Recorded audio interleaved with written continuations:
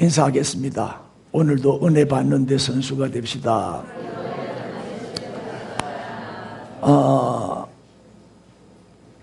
믿음장 히브리서 11장을 그동안 쭉 공부해 왔는데 오늘 열 번째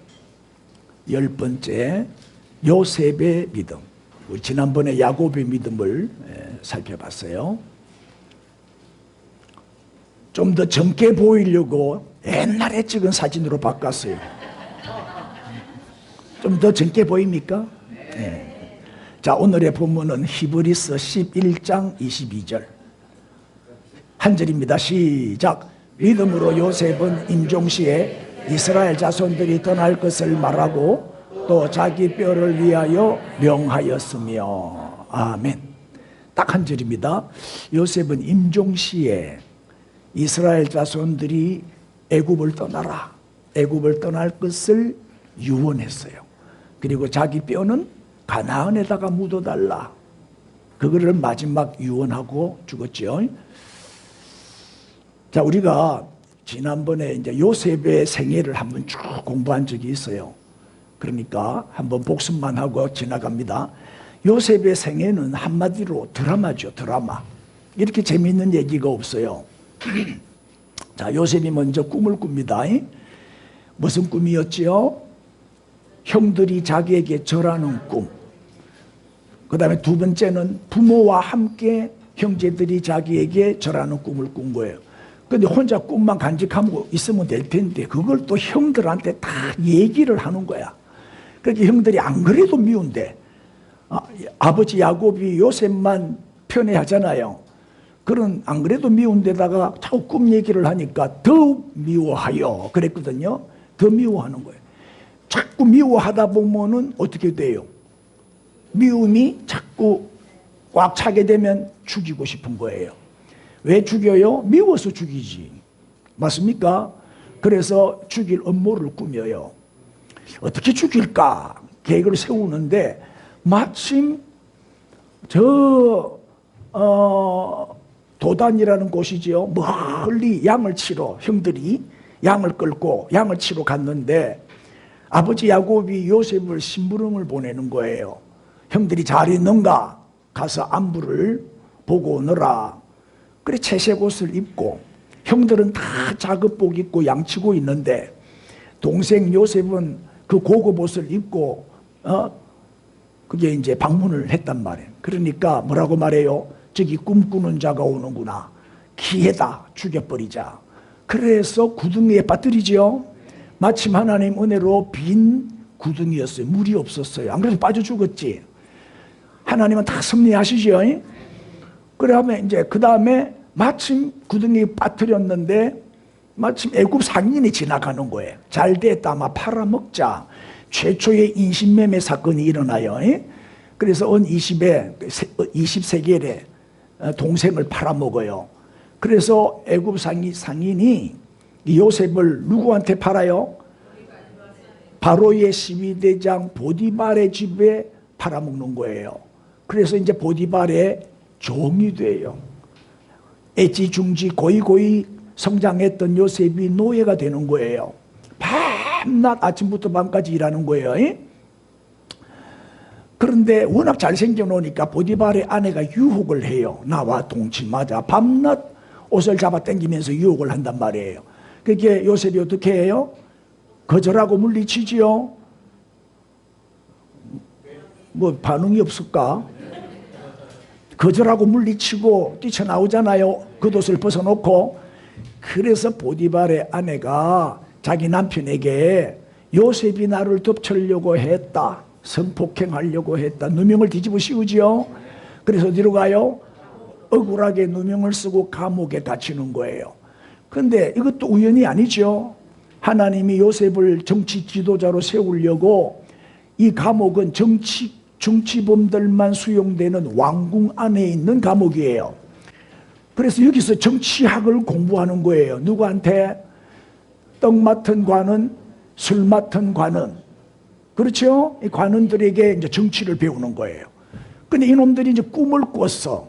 그 꿈을 해석을 해줬는데 떡 맡은 관원장은 처형당하고 술 맡은 관원장은 3일 만에 풀려나죠. 그래서 요셉이 부탁을 해요. 내가 억울하게 감방에 있으니 왕에게 좀 내 얘기를 좀 해서 날 좀 풀어달라고, 석방 될 수 있도록 도와달라고 부탁을 했는데 이놈이 깜빡 잊어버리고 왕한테 얘기를 안 하죠. 하도 얘기를 안 하니까 하나님이 바로 왕에게 꿈을 꾸게 하죠. 그래 바로가 꿈을 꾸는데 해석이 안 돼. 그래서 고민을 하고 있으니까 이 술 맡은 관원장이 내 꿈을 감옥에서 해석해 준 사람이 있습니다. 그 사람을 불러가지고 해석 좀 하라고 합시다. 누군데? 요셉입니다. 그래서 요셉이 이제 와가지고 바로왕의 꿈을 해석을 해주니까 바로왕이 기가 차지요. 7년 풍년이 왔다가 7년 흉년이 오는데 그것을 해결할 수 있는 사람은 요셉밖에 없어. 네가 맡아라. 네가 관리해라. 그래서 뭐로 임명해요? 애굽 총리로 임명하는 거예요. 죄수가 벼락 출세를 해버린 거예요. 한순간에 역전인생이 됐죠. 하나님이 은혜 주시면 우리도 그렇게 돼요. 하나님이 은혜 주시면 한순간에 뒤집어지는 게 인생입니다. 그러니까 인사합시다.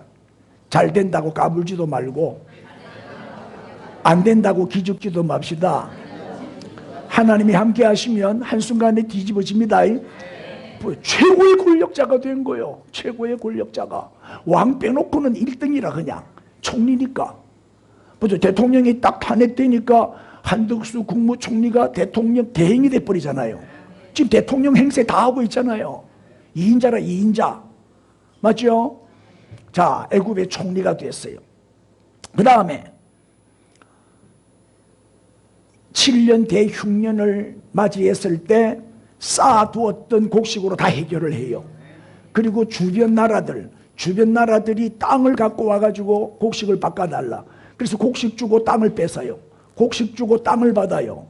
애굽 땅의 영역이 막 넓어지는 거예요. 영토가 막 넓어지는 거예요. 주변 나라들 다 흡수하는 거예요. 그러니까 이제 가나안 땅에 살던 형들도 곡식이 다 떨어졌으니까 소문을 듣고 곡식을 얻기 위해서 애굽으로 내려오지요. 형들이 애굽으로 오는 거예요. 그래서 요셉은 당장 알아보지요. 자기 형들이라는 거를. 근데 형들은 동생이 총리가 됐을 줄은 상상도 못하니까 못 알아보는 거예요. 왜? 세월이 많이 흘렀잖아요. 지금 30살이 넘었지요. 17살에 팔려와가지고 지금 30살이 넘었으니까. 자, 그래 이 동생 요셉이 형들을 시험해요. 정말 형들이 회개했는지, 정말 변화됐는지 실험을 해보지요. 시험을 한 결과 형들이 정말 회개하고 뉘우치고 이제 변화됐다는 것을 확인한 다음에 자기 정체를 밝혀요. 그리고 아버지를 모셔오느라 수레를 보내요. 그래서 온 가족이 다 내려와요. 몇 명? 야곱의 가족 66명, 가나안에서 66명이 내려오고 아버지 야곱과 함께 다 내려오고 요셉의 가족이 4명이잖아요. 그동안 결혼해가지고 에브라임, 므낫세 두 아들을 낳았잖아요. 그래서 합하니까 몇 명? 70명이 드디어 입애굽 고센 땅, 애굽의 고센 땅에 들어와서 정착을 하게 되는 거예요. 입애굽이죠.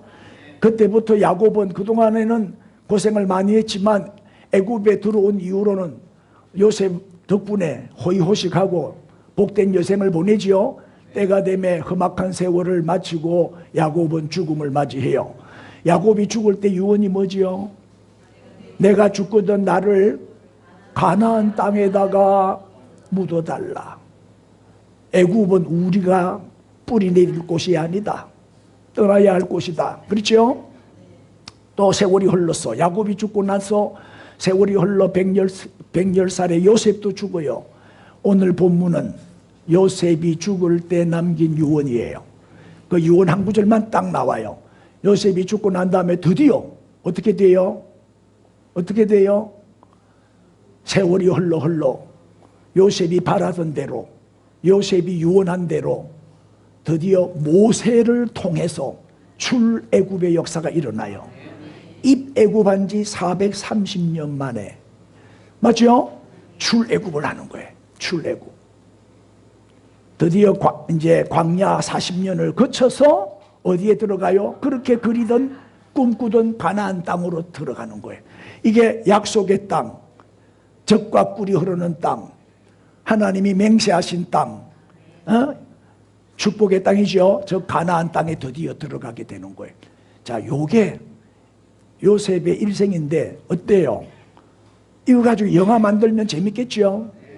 한 편의 멋진 드라마 아닙니까? 자, 오늘 본문을 보시면 한 번 더 읽읍시다. 시작. 믿음으로 요셉은 인종시에 이스라엘 자손이 떠날 것을 말하고 또 자기 뼈를 위하여 명하였으며. 요셉이 오늘 우리에게 주는 교훈은 뭐냐?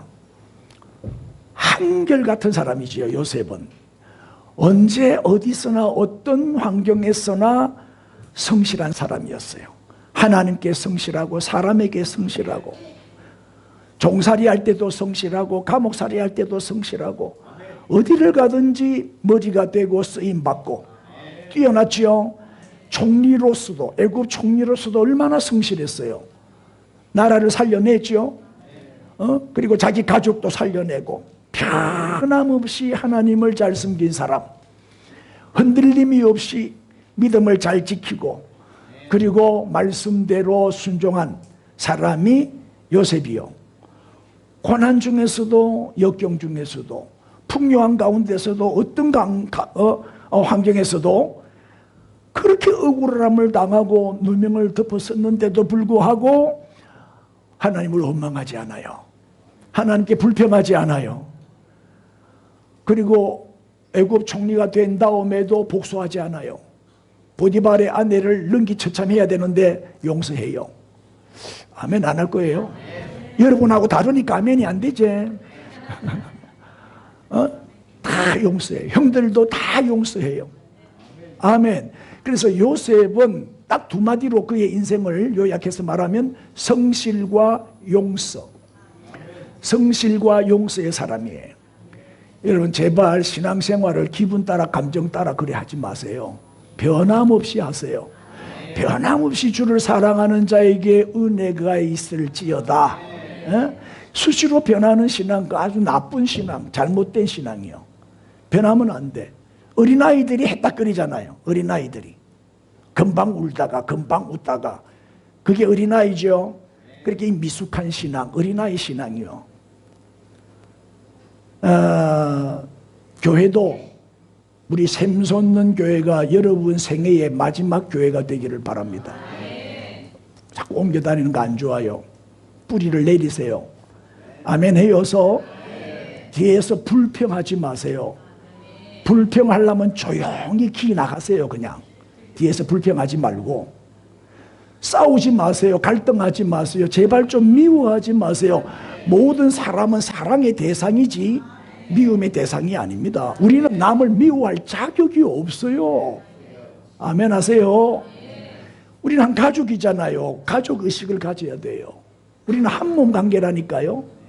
아멘 아멘. 절대 우리 예수 믿는 사람은요, 그렇게 잘 지내다가도 한번 뒤틀리면 원수를 맺어버리더라고. 영원히 안 보더라고. 영원히 천국 가서도 안 볼 모양이야. 그러면 둘 중에 하나는 틀림없이 지옥 갈 거요. 찔리니까 아무도 아멘 안 해. 왜 누구 꼴보기 싫다는 말을 해요? 그러면 안 돼요. 꼴보기 싫은 사람이 있는 그 자체가 잘못된 거예요. 나는 여러분 너무 보고 싶어서 막 진물이 날락해. 나는 여러분을 정말 사랑하고 미워하는 사람이 단 한 사람도 없어요. 우리는 목자와 양의 관계인데 서로 사랑해야죠. 자, 이렇게 요셉은 한결같은 사람, 변함이 없는 사람, 어디를 가서든지 어디서든지 충성하는 사람, 성실한 사람. 오늘 본문에 이 히브리서 기자는 요셉의 믿음을 소개하면서 좀 길게 소개하면 참 좋겠는데 요셉의 생애는 다루지 않아요. 요셉의 삶은 언급도 안 해요. 그래서 내가 쫙 도표로 요셉의 일생을 그림으로 보여드렸죠. 딱 죽음의 장면 한 절만 나와요. 요셉의 죽음의 장면에서 그의 신앙의 특성, 또 우리에게 주는 신앙의 교훈, 그것을 우리에게 소개하고 있는 거예요. 자, 여기 보면 임종시에 요셉의 생애를 기록하면서 얼마나 잘한 것도 많은데 다 생략하고 그냥 임종시에 요거 하나만 딱 나와. 죽음은 이렇게 중요한 거예요. 죽음이 뭐죠? 죽음이 결산입니다. 죽음은 결산을 의미하죠. 여러분, 사람에게는 시작도 중요하지만 뭐가 더 중요해요? 끝이 더 중요한 거예요. 마무리가 더 중요한 거예요. 잘 죽으려면요, 잘 살아야 돼요. 잘 산 사람만 잘 죽을 수 있어요. 믿음으로 산 사람만 믿음으로 죽을 수 있어요. 아멘. 평생 불신자로 살다가 죽기 직전에 예수 믿으세요? 믿어져요? 절대 안 믿어져요. 믿음으로 살던 사람이 끝까지 죽을 때 믿음도 지키는 거지요. 예? 그래서 우리는 삶도 아름답게 살아야 되지만 죽음이 더 아름답기 위해서 기도해야 돼요. 요셉은 어렸을 때도 아버지 야곱의 사랑을 독차지하면서 신앙훈련을 잘 받으면서 자랐겠죠. 청년기에 유혹이 와도 흔들림이 없는 그런 신앙의 정절을 지킨 사람이지요. 내가 하나님 앞에서 어찌 덕죄하리까? 하나님 앞에서 산 사람 맞지요? 장년기에도 국무총리가 되어서도 자기의 삶의 책임을 다한 사람이에요. 아주 성실한 사람이에요. 그리고 임종시에는 그의 믿음이 더 아름답게 빛났어요. 자, 죽음을 통해서 드러난 요셉의 믿음, 도대체 뭐냐? 요셉의 믿음이 어떤 믿음이냐? 그걸 이제 오늘 세 가지로 요약해서 말씀드리겠습니다. 첫째는 믿음의 근거입니다. 믿음의 근거. 요셉이 임종할 때 어디에 있었어요? 가나안에 있었어요? 애굽에 있었어요? 애굽에 있었잖아. 그런데 유언할 죽으면서 자손들에게 유언하기를 애굽에 뿌리 내리지 마라. 애굽에 정착하지 말고 가나안 땅으로 떠나라. 애굽을 떠나라 유언을 해요. 왜 떠나라고 했을까요? 왜 떠나라고 했을까요? 창세기 15장 13절을 보세요. 여호와께서 아브라함에게 이르시되 너는 반드시 알라 네 자손이 이방에서 뭐가 돼요? 이방이면 애굽을 말하죠. 애굽에서 나그네가 돼요. 애굽에서 외국인이 돼요. 그들을 섬기겠고, 그래서 400년 동안 종살이 했잖아요. 그들을 섬기겠고, 그들은 몇 년 동안, 400년 동안 네 자손을 어떻게 괴롭히리리. 그러니까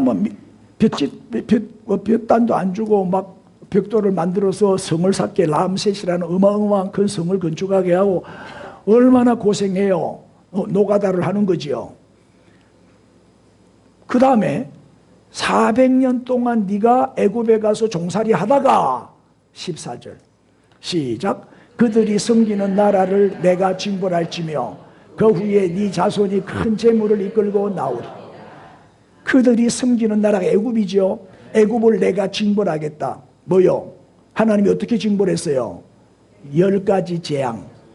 마지막 재앙이 장자 죽음이죠. 그랬더니 항복하고 백성들을 내주잖아요. 그래서 네 자손이 뭘 이끌고 400년 동안 모은 재산을 다 가지고 은금 패물과 함께 많은 양들, 많은 소유들 다 이끌고 재물을 이끌고 나오리라. 요셉은 이 약속의 말씀을 믿은 거예요. 아브라함에게, 자기 조상 아브라함에게 주신 이 약속의 말씀을 늘 마음에 새기고 있었던 거예요.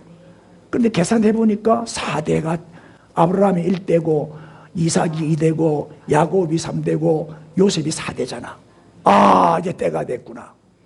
4대니까 400년 이제 세월이 가까이 다가오니까 내가 죽으면 얼마 안 있으면은 이제 이 애굽을 떠나게 될 것이다.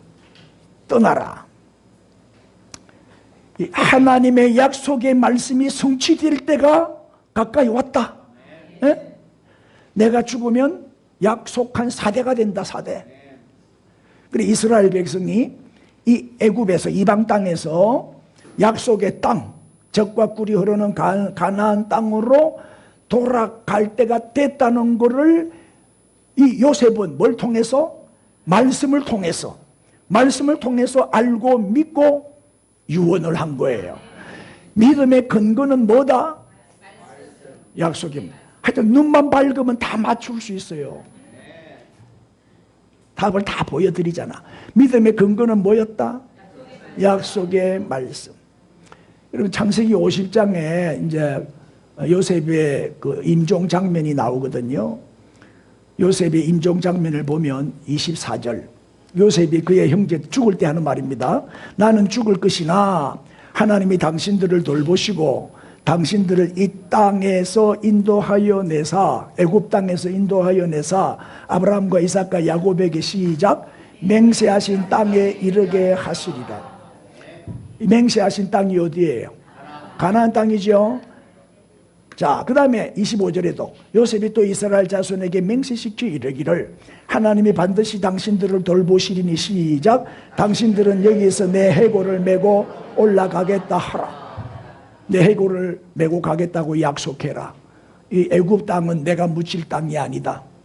내 고향 헤브론 가나안 땅에다가 나를 묻어달라. 유언을 하는 거지요. 이게 뭐예요? 다시 약속의 땅으로 돌아갈 것을 요셉은 확신하고 있었던 거지요. 그러니까 내 해골을 가지고 가라. 출애굽할 때 내 해골을 메고 가라. 이 믿음의 근거, 이 확신의 근거가 바로 약속의 말씀이다. 그러니까 여러분들 주일마다 이렇게 설교 말씀을 잘 들어야 돼요. 왜? 믿음은 들음에서 나고 들음은 그리스도의 말씀이라 그랬어요. 이 말씀을 자꾸 들으면 믿음이 강해지고 믿음이 성장하고 확신의 사람이 되는 거예요. 요셉은 솔직히 애굽에서 얼마나 성공하고 출세한 사람이요.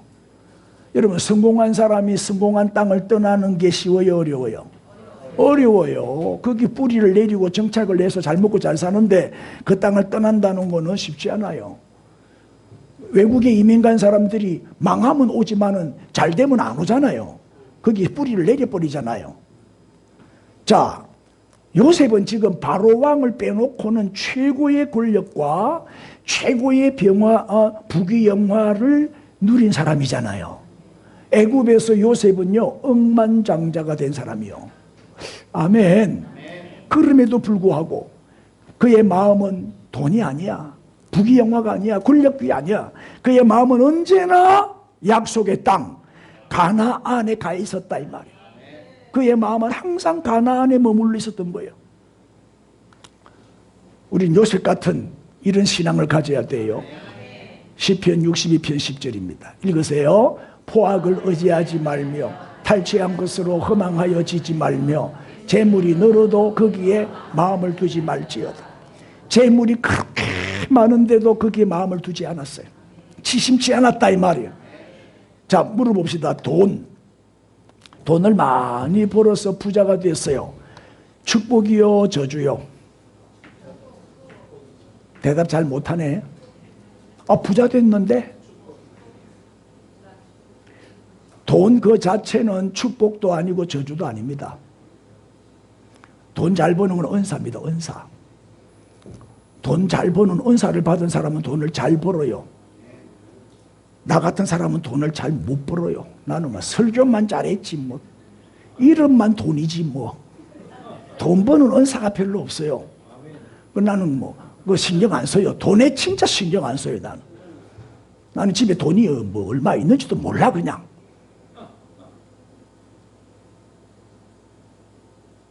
영 나를 못 믿는 얼굴로 쳐다보시면. 그런데 돈을 벌었기 때문에 내가 부자가 됐기 때문에 하나님을 떠난다면, 교만해진다면, 그리고 신앙과 인격이 훼손된다면 그 돈은 뭐다? 저주지. 저주요 그거는. 내가 돈을 벌어서 정말 하나님의 영광을 위해서 사용한다면, 하나님 나라를 위해서 그 돈을 쓴다면 그 돈은 뭐다? 축복이. 여러분 축복받은 부자가 되셔야지. 저주받은 부자가 되면 안 돼. 부자는 됐는데 하나님을 떠나버렸어. 차라리 가난하면서 하나님 잘 섬기는 게 100배 나아요. 돈이 축복이다 저주다 이렇게 평가하면 안 돼요.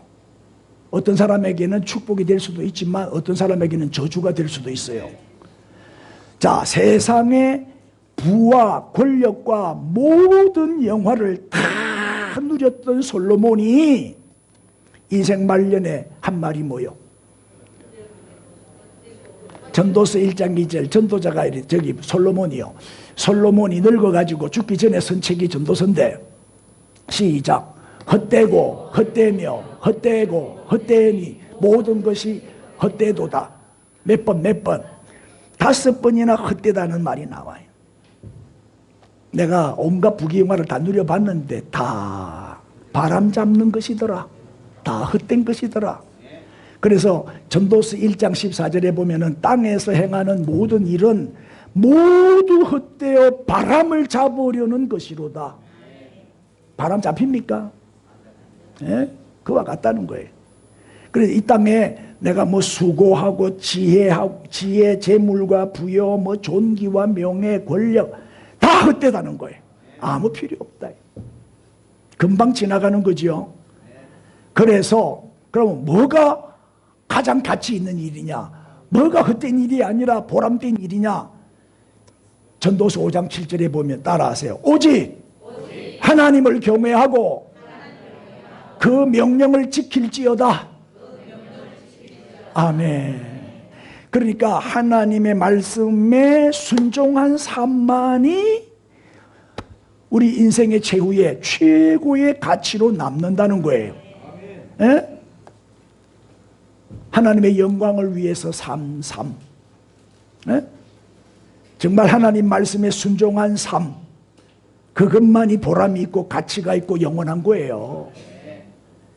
그래서 요셉의 믿음은 어떤 뭐 주관적인 감상이나 철학이나 어떤 지식에 근거한 게 아니에요. 오직 약속의 말씀, 오직 하나님의 말씀에 근거한 신앙이었다 이 말이에요. 여러분도 이 말씀에 뿌리를 내리기 바랍니다. 기분 따라 감정 따라 흔들리는 신앙이 아니라 반석 위의 신앙, 흔들리지 않는 변함없는 한결같은 요셉 같은 그리고 훌륭한 신앙인이 되기를 축복합니다. 자, 이제 두 번째로 갑시다. 믿음의 범위입니다. 믿음의 범위는 뭐냐? 자, 애굽을 떠나라 하는 유언의 명령은 자기 자녀만을 위해서 명령한 게 아니에요. 이스라엘이라고 하는 민족에게 명령한 거예요. 요셉의 관심은 자기 가족 아니에요. 요셉의 관심은 민족이었어요. 민족. 자, 한 번 더 봅시다. 히브리서 5장 20절이 이제 요셉의 유언 내용인데, 요셉이 그의 누구에게? 형제들에게. 먼저 형제들에게 먼저 얘기해요. 이 땅을 떠나라. 맹세한 신땅 가나안으로 가라. 하나님이 인도해 주실 것이다. 이렇게 유언했지요, 형제들에게. 두 번째는 25절. 요셉이 또 누구에게? 이번에는 이스라엘 자손에게 맹세를 시켜요. 내 해교를 메고 올라가겠다고 약속해라. 하나님이 돌보신다. 그러니까 처음은 자기 형제들에게, 두 번째는 이스라엘 자손들에게 유언을 해요. 자기 형제, 자기 자녀도 물론이지만은 이스라엘 민족 전체가 떠나야 한다는 거예요. 전체가 다 떠나라는 거예요. 그러니까 요셉의 믿음의 범위는 자기 가족, 자기 자녀만이 아니고 누구다? 이스라엘 민족이었어요. 민족적인 사랑. 우리의 믿음의 범위가 넓어져야 돼요. 기도의 범위가 넓어져야 돼요. 자, 사도 바울 한번 보세요. 로마서 9장 3절에 나의 형제 곧 골육의 친척을 위하여 시작. 내 자신이 저주를 받아 그리스도에게서 끊어질지라도 원하는 바로. 여기 내 형제 골육의 친척은 자기 친척만 말하는 게 아니에요. 자기 민족을 말하는 거예요. 자기 동족을 말하는 거예요. 유대인들 모두가 구원받기를 원하는 거예요. 민족의 구원을 위해서라면 내 자신이 저주를 받아도 좋다. 그리스도에게서 끊어질지라도 나는 소원이다. 내 소원은 내 민족 복음하다. 그게 사도 바울의 그 마음에 그치지 않는 고통이었어요. 에? 우리도 기도의 범위를 이제는 내 개인 기도만 하면 안 돼. 그거는 정말 어린아이 신앙이에요. 내 자녀만을 위해서 기도하고 내 가족만을 위해서 우리의 기도가 우리 가정에 머물면 안 된다니까. 그거는 너무 어린아이 신앙이라니까. 기도의 범위가 이제 넓혀져야 돼. 교회를 위해서 기도하고 우리 목사님을 위해서 기도하고 봐라요. 기도 안 해주니까 아멘 못하는 거 봐. 목사님을 위해서도 기도하고 우리 성도님들을 위해서도 기도하고 그 다음에 이 지역 복음화를 위해서도 기도하고 특별히 나라와 민족을 위해서 더 많이 기도하고 지금은 대선을 앞두고 있으니까 대통령 선거를 위해서 기도해야죠.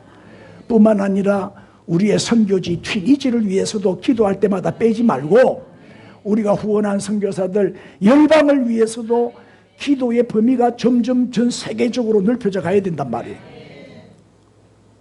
아멘 하세요. 모세를 또 보세요.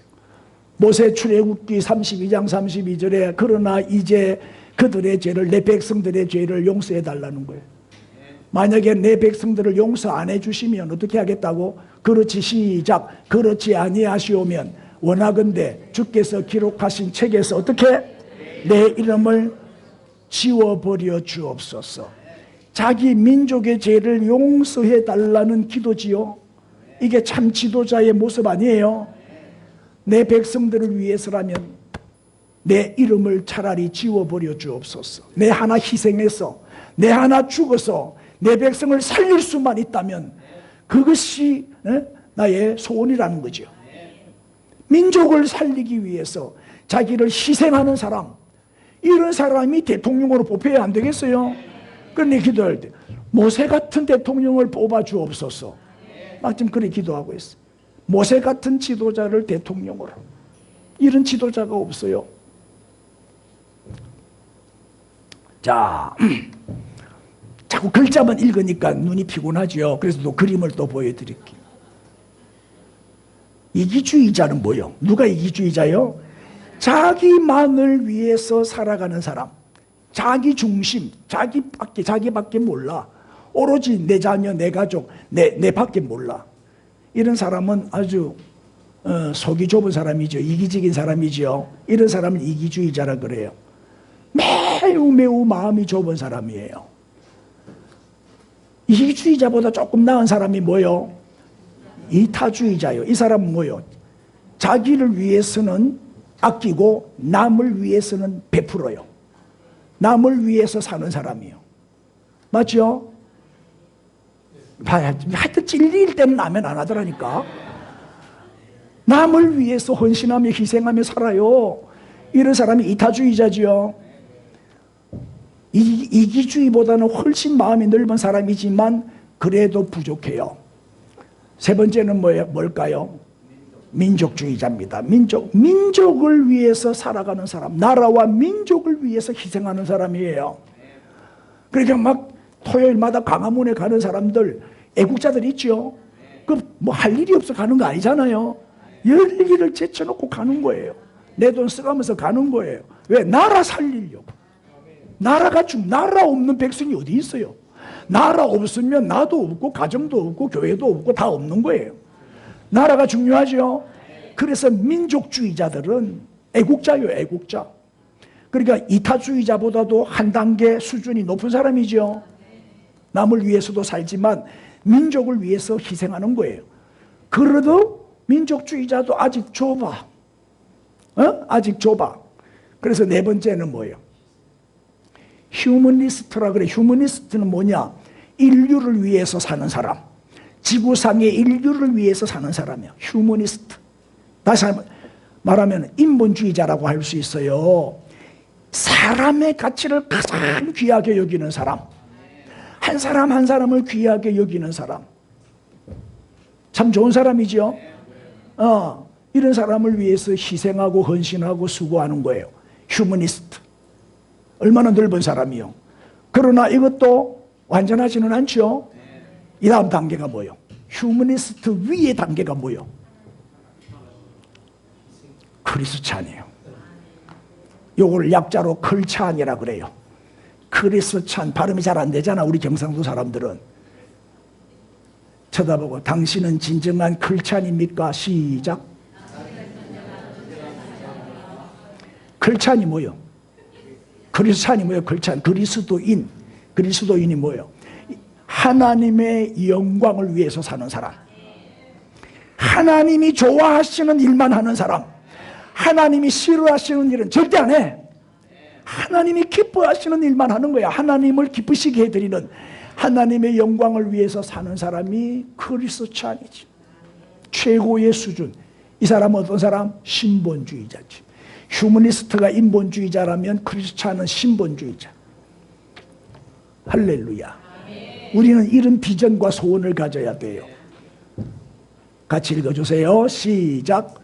나는 한국을 위하여, 한국은 아시아를 위하여, 아시아는 세계를 위하여, 세계는 그리스도를 위하여. 이게 우리의 비전이 돼야 돼. 이게 일본의 유명한 내천 감사함의 비전이에요. 일본을 내가 한국으로 바꿔버렸어요. 맞죠? 요셉의 믿음의 범위, 요셉의 믿음의 시야는 넓었어요. 자기 가족, 자기 자녀만 아니었어요. 민족을 본 거예요. 민족을. 민족과 세계를 위한 지도자였다, 이 말이에요. 우리의 믿음의 범위도 계속 더 넓어지기를 바랍니다. 할렐루야. 마지막 믿음의 고백입니다. 믿음의 고백. 자, 유언 한 번 더 보죠. 22절 유언. 믿음으로 요셉은 임종시에 이스라엘 자손들이 떠날 것을 말하고, 그 다음 시작. 또 자기 뼈를 위하여 명하였으며. 이 말은 애굽에 장사하지 말고 하나님이 약속하신 땅 가나안에 묻어달라 하는 유언이잖아요. 자, 요셉의 장래 행렬을 한번 상상해 보세요. 애굽의 최고 통치자, 국무총리였으니까 틀림없이 총리의 장래는 아마 국장으로 거행됐을 것이다, 이 말. 왜? 공로가 워낙 많고 애굽을 위기에서 건져낸 사람이니까 그 공을 치하하면서 아마 국장으로 치러졌겠죠. 잘 모르면 그냥 아멘 하면 돼. 자, 애굽에서 어디까지? 가나안까지. 애굽에서 가나안까지 장래 행렬이 이어졌다는 거예요. 맞잖아요. 요셉의 관을 메고 갔을 거 아니에요. 에?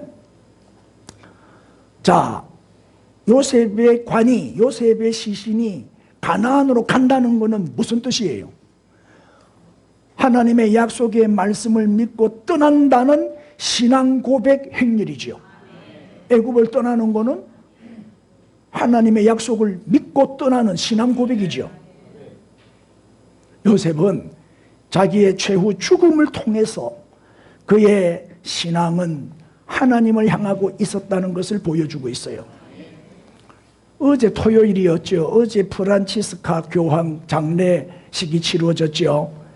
그 역대 교황은 다 바티칸 대성당 지하에 묻혔는데, 프란치스코 이 사람은 좀 유별난 사람이야. 좀 별종이라. 나는 산타 마리아 무슨 마조레 대성당, 산타 마리아 마조레 대성당 지하에다가 나를 묻어달라 그랬어요. 그래서 유일하게 교황이 거기에 묻혔어요. 어제 바티칸 대성당에서 산타 마리아 대성당까지는 6km예요. 그래서 어제 행렬이 6km를 관을 메고 행렬을 한 거예요. 25만 명이 운집을 했대요. 발 디딜 틈이 없이 그렇게 이제 모였대요. 대단한 장례식, 어마어마한 장례식을 치른 거지요. 근데 여러분, 어디 실시간 방송을 해줬나? 텔레비에서? 뉴스 봤어요? 관심 없지요? 쥐 죽으면 쥐 죽었지 뭐.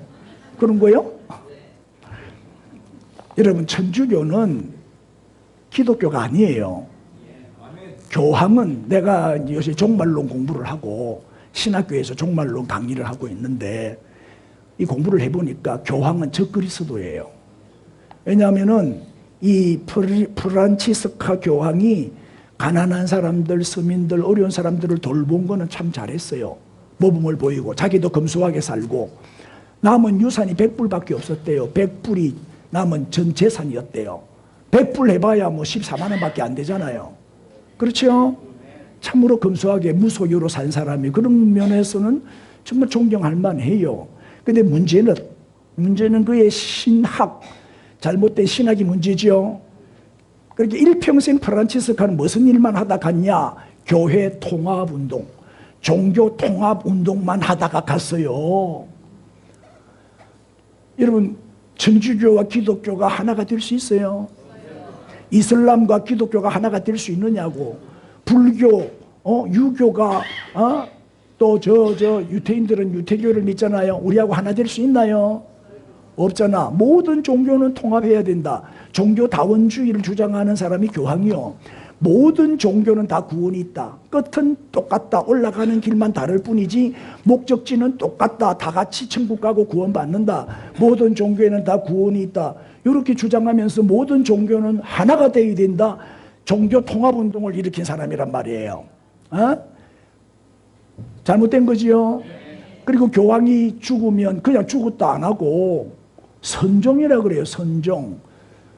대통령이 죽으면 서거 이러죠. 그런데 교황은 교황만 선종이라 그래요. 선하게 살다가 죽었다 그런 뜻이에요. 다른 말로 말하면 죄가 없다는 거예요. 죄가 없이 살다가 죽었다. 말이 돼요? 지난해나 똑같이 아담의 피를 물려받은 죄인인데 자기는 의인이래. 그래서 가톨릭의 문제가 뭐냐? 교황 무엇을? 교황은 과오가 없다. 교황의 말은 절대 진리다. 성경보다 더 높은 권위를 가지고 있는 게 교황의 말이에요. 교황의 말은 절대 진리예요. 잘못된 거지요? 성경의 권위보다 높다니까. 내가 좀 시간이 없어서 다음에 시간이 되면 좀 자세하게 우리 기독교는 어디서 나왔냐? 천주교에서 나온 게 아니요. 초대 유대교에서 나온 게 기독교요. 기독교는 예수님이 만들었어요. 그래서 그리스도교라 하는 거예요. 그 기원부터 내가 다음에 한번 설명할게요. 빨리 맞춰야 되니까. 자, 믿음의 고백이 뭐다? 요셉의 믿음의 고백 행위가 뭐였다? 애굽을 떠난 거예요. 애굽을 떠나는 그 자체가 가나안에 내 장례를 해달라. 가나안에 내 뼈를 묻어달라. 그 자체가 신앙 고백 행위였죠. 자, 그렇다면 여러분의 믿음은 어때요? 여러분의 삶을 통해서 여러분의 믿음이 고백되고 있습니까? 주변 사람들이 여러분을 보고 과연 너는 그리스찬이구나 인정해주고 있어요? 여러분의 삶에서 그리스도인이라는 것이 나타나고 있느냐 이 말이에요. 그리스찬이라는 게 간증이 되고 있어야 돼요. 간증이 증거가 되고 있어야 돼요. 요즘에는 비밀 크리스찬들이 너무 많아요. 직장 생활을 10년 20년 해도 직장 동료들이 아무도 몰라요. 내가 장로인지 집사인지 권사인지 내 동료들이 아무도 몰라요. 얼마나 잘 숨겼는지. 하여튼 숨기는데 재주가 있어요. 그 비밀 크리스찬들이요. 숨은 그리스도인. 그러니까 똑같이 행동하니까 똑같이 먹고 마시고 놀고 쪼고 뭐 그러니까 사람들이 속지. 나 술 안 먹어요. 나 그런 데는 안 가요. 왜 안 가? 나 장로요. 나 집사요. 그러면 당장이 알 거 아니요. 표가 날 거 아니요. 숨기는 거예요. 꼭 누구와 같아. 자, 이 사람이 누구죠? 그림만 딱 보면 알아야 되지. 누굴까요? 밤에 찾아온 숨은 제자 니고데모. 요한복음 3장에 나오죠. 니고데모. 왜 밤에 찾아왔죠? 이 사람은 산헤드린 공회원이요. 막강한 권력을 갖고 있는 사람이요. 돈도 많은 부자요. 근데 밤에 왜 찾아왔어? 안 들키려고. 비밀 크리스찬이었다 이 말. 에? 밤중에 예수님을 찾아와요. 그래서 예수님이 뭐라고 가르쳐요? 거듭남에 대해서 가르쳐요. 네가 거듭나지 아니하면 하나님 나라에 들어갈 수 없다. 그러면서 성경에서 가장 중요한 핵심 구절, 성경의 요절, 성경의 핵심 구절인 요한복음 3장 16절을 니고데모에게 한 말씀이에요. 예수님이 니고데모에게 거듭남에 대해서 말씀하면서 이 복음을 전한 거예요. 잘 아는 말씀이지만 시작. 하나님이 세상을 이처럼 사랑하사 독생자를 주셨으니 이는 그를 믿는 자마다 멸망하지 않고 영생을 얻게 하려 하십니다. 예? 이때까지만 해도 니고데모는 숨은 제자, 비밀 크리스찬이었어요. 나중에 니고데모가 변화됩니다. 공개적으로 나는 크리스찬입니다. 나는 예수를 믿는 사람입니다. 나는 예수님의 제자입니다. 공개적으로 선포를 해요. 언제? 예수님 장례식을 위해서. 자, 예수님이 산헤드린 공회에서 어려움을 당할 때도 변호한 적이 있어요. 변호한 적이 있었고, 이제 예수님이 돌아가시고 난 다음에 장례식을 치러야 되잖아요. 그때 니고데모가 일찍이 예수께 밤에 찾아왔던 니고데모도 뭘 갖고 왔어요? 몰약, 침량 섞은 것, 100리트라, 100건이요, 100건. 왜 일어나는지 몰라. 우리말로 좀 하면 좋겠지. 100건쯤 가지고 온지라. 자, 공개적으로, 저게 무슨 행동입니까? 저 행동이? 공개적으로 나는 예수를 믿는 사람이다. 나는 크리스찬이고 나는 예수님의 제자다. 그를 드러낸 거예요. 자기 정체를 드러낸 거예요. 위험을 감수하고 불이익이 올 것을 감수하고 숨은 제자가 이제 공개적인 제자가 된 거죠. 여러분, 예수님은 우리를 위해서 공개적으로 십자가를 지셨잖아요. 공개적으로 온갖 순환과 모욕을 당하셨잖아요. 공개적으로 대속의 죽음을 죽어주셨잖아요. 그렇다면 우리가 정말 이 예수를 믿는다면 우리가 예수 그리스도를 증거하지 못할 이유는 없지요. 복음을 부끄러워하면 됩니까? 예수 믿는 게 부끄러워요? 왜 그래 몰래 다녀요? 왜 쉬쉬해요? 왜 성경을 안 갖고 다녀요? 다 보여주니까. 안 보더라도 교회 올 때 성경책 좀 들고 오세요. 교회 다니는 거를 숨기는 사람이 많아요. 의외로. 비급한 침묵은 죄악이지요. 할렐루야. 우리는 입을 열어 담대하게 이 복음을 전해야 되고 예수님을 자랑하는 자가 되어야 돼요. 따라합시다. 그 좋은 천국에 나 혼자 갈 수 없다. 그래야지요. 그 마음을 가지고 전도해야 되죠. 따라해요. 입을 열면 있고 입 다물면 없다. 나가면 있고 안 나가면 없다.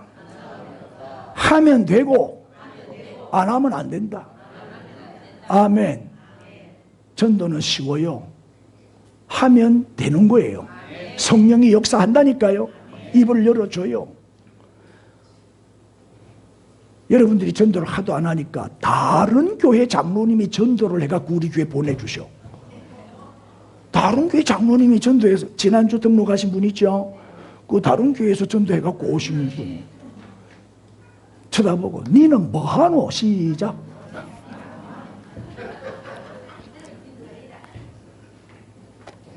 우리가 입을 열면 구원의 역사가 일어납니다. 이렇게 비급한 그리스도인들 때문에 복음이 멈춰버린 거예요.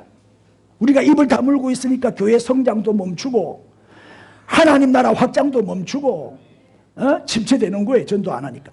교회는 생명체지요. 생명체이기 때문에 우리가 전도하면 교회는 살아나요. 전도 안 하잖아요. 그럼 죽게 돼 있어요.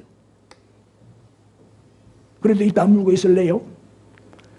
따라합시다. 마음으로 믿고 입으로 시인하라. 입으로 시인하란 말입니다. 그 증거하란 말, 증거하란 말이에요. 삶으로 증거하고. 요셉은 뭐요? 삶으로도 증거했지만 죽는 순간까지도 하나님을 증거했어요. 요셉은 평생을 신앙으로 살았기 때문에 죽음을 통해서도 하나님을 증거했단 말이에요. 우리도 요셉처럼 늘 하나님을 나타내고 하나님을 높이고 하나님의 영광을 위해 살고 하나님을 자랑하고 늘 하나님을 증거하는 삶을 살게 되시기를 바랍니다. 따라합시다. 언제나 전도 시간, 어디나 전도 장소, 누구나 전도 대상. 할렐루야. 다 일어나시. 자, 복습하고 기도합시다. 믿음의 근거는 뭐였다? 약속의 말씀. 믿음의 범위는 뭐였다? 이스라엘 민족. 믿음의 고백은 뭐였다? 가나안 장래의 유언을 했다. 이것이 요셉의 믿음을 딱 한 줄로 요약한 거예요. 자, 이제 기도합시다. 요셉처럼 죽는 순간까지도 하나님을 증거하는 삶을 살게 해 주옵소서. 주여 부르고 기도합니다. 주여!